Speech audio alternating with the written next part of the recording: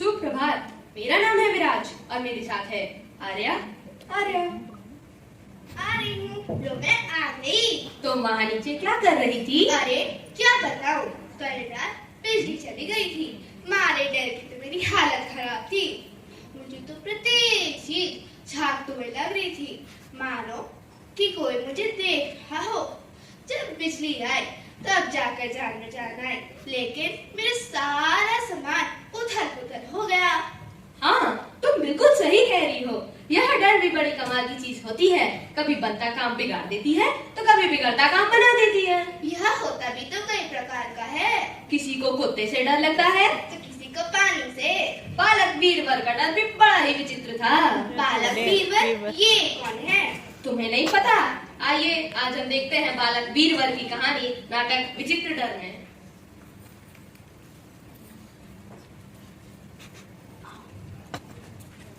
बीरबल रुक जा। मैं नहीं आऊंगा। गुरुजी तुम्हें बुला रहे हैं। धनी जी से कह दो कि बीरबल उड़ गया। चलो बीरबल, गुरुजी तुम्हें विशेष पुरस्कार देंगे। हाँ हाँ, विशेष पुरस्कार।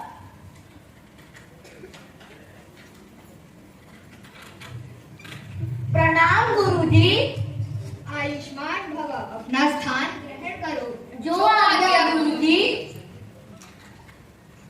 शिष्यों, मैं आपसे एक प्रश्न पूछता हूँ, क्या आप उत्तर देना चाहेंगे? जी गुरुजी। कीरत के पास 7 आम थे, उनमें से 3 आम उसके मित्र राम ने खा लिए। तो बताइए, कीरत के पास कितने आम बचे? गुरुजी मैं बताऊं? गुरुजी मैं बताऊंगा। बीरबल तुम बताओ। गुरुजी मैं। हाँ बीरबल। लेकिन गुरुजी गणित और वो भी मैं। हाँ बीरबल तुम बताओ, क्योंकि बाकी विषयों में तो तुम बहुत होशियार हो, लेकिन गणित का नाम सुनते ही तुम्हारे तोते उड़ जाते हैं। और वैसे भी गणित का ज्ञान प्राप्त करना भी तो बहुत जरूरी है। गुरुजी कीरत के पास तो 0 आम बचेंगे। वह कैसे? क्योंकि जब कीरत ने राम को रसीले स्वादिष्ट आम खाते देखा तो कीरत अपने आप को कहाँ रोक पाएगा।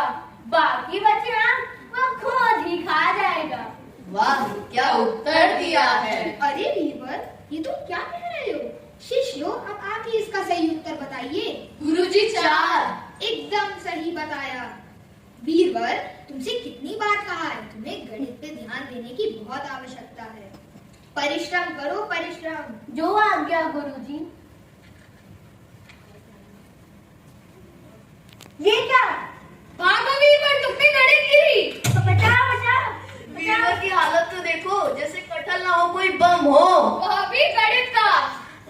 मुझे गणित नहीं पढ़ना है। मुझे गणित बिल्कुल नहीं पढ़ना है। वो पहली जगह मुझे जो कमजोर आती थी, जो मेरे सिर के ऊपर बम की तरह गिर के मुझे घायल कर रही है। मुझे गणित नहीं पढ़ना है।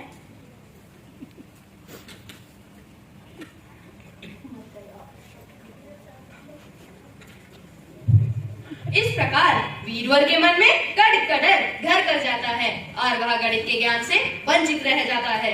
इस समस्या के समाधान के रूप में महाराज बीरबल को राजा बनाने के साथ ही साथ मंत्री के रूप में एक गणित के विद्वान को नियुक्त कर लेते हैं। राजा को तो साधारण जोड़ना घटाना भी नहीं आता। मेरी तो 5 उंगलियां घी में और सिर कढ़ाई में है। महाराज बीरबल की जय हो। महाराज बीरबल की जय हो। महाराज बीरबल की जय हो। महाराज बीरबल की जय हो। अपना स्थान ग्रहण करें। प्रणाम महाराज। प्रणाम।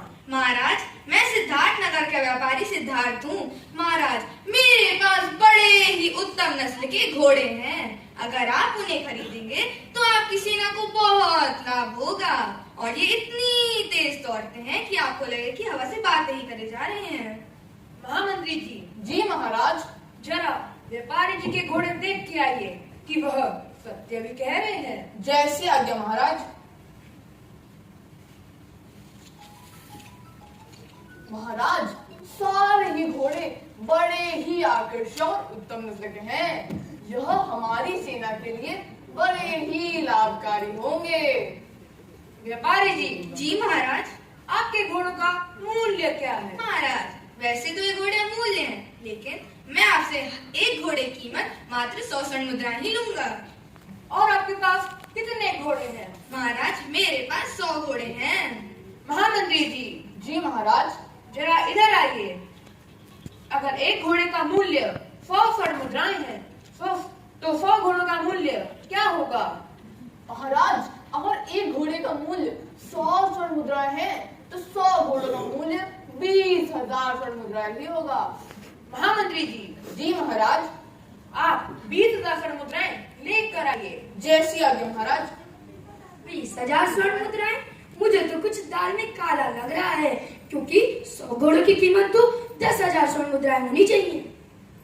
मैं यह 10,000 स्वर्ण मुद्राएं रख लेता हूँ। महाराज, ये रही मुद्राएं। ये मुद्राएं व्यापारी जी को देके आइए।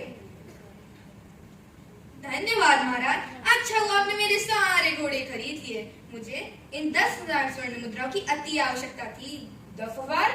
मैंने तो आपको 20,000 स्वर्ण मुद्राएं दी हैं। नहीं महाराज, जब घोड़ों की कीमत 10,000 स्वर्ण मुद्राएं हैं, तो आप मुझे 20,000 स्वर्ण मुद्रा क्यों दे रहे हैं? महामंत्री जी। जी महाराज। ये व्यापारी जी क्या कह रहे हैं? महाराज, मुझे क्षमा करे। क्षमा? आप मुझसे क्षमा मांग रहे हैं? इसका अर्थ ये है कि आप मेरे साथ हमेशा से विश्वासघात करते हुए आ रहे हैं। महाराज, ऐसा कुछ भी नहीं है। ऐसा कुछ नहीं, ऐसा ही है। इसमें आपकी गलती नहीं, इसमें तो मेरी गलती है कि मैं आपके ऊपर हमेशा से आंख बंद करके विश्वास कर रहा था। सैनिकों, महामंत्री जी को काल कोठरी में डाल दिया जाए। महाराज, मुझे क्षमा करे। क्षमा महाराज, क्षमा। नहीं महाराज, इसमें आपकी कोई गलती नहीं है। बस आपकी गलती तो यह है कि आपने अपने डर को अपने ऊपर हावी होने दिया। वैसे भी महाराज, इस संसार का तो नियम ही यही है कि यदि आपके अंदर कोई कमी है, तो अधिकांश लोग उसका लाभ उठाते हैं। इसीलिए हमें अपनी कमी को कमी नहीं रहने देना चाहिए, उसे दूर करने का उपाय सोचना चाहिए। पर रानी, अब तो काफी देर हो चुकी है। अब मैं इस कमी को कैसे दूर करूंगा? नहीं महाराज, कोई देर नहीं हुई है। क्या मैं अभी भी गणित सीख सकता हूँ? हाँ महाराज, क्योंकि ज्ञान प्राप्त करने की कोई उम्र नहीं होती है। आप इसे कभी भी प्राप्त कर सकते हैं। तो मंत्री जी। जी महाराज। आप मेरी गणित सीखने का प्रबंध करवाइए। जो आ गया महाराज। लेकिन महाराज, एक शर्त है, आपको गणित सीखने के लिए कटहल के पेड़ के नीचे बैठना होगा, क्योंकि हर बार तो कटहल नहीं गिरता है ना। मेरे कुल सही महाराज।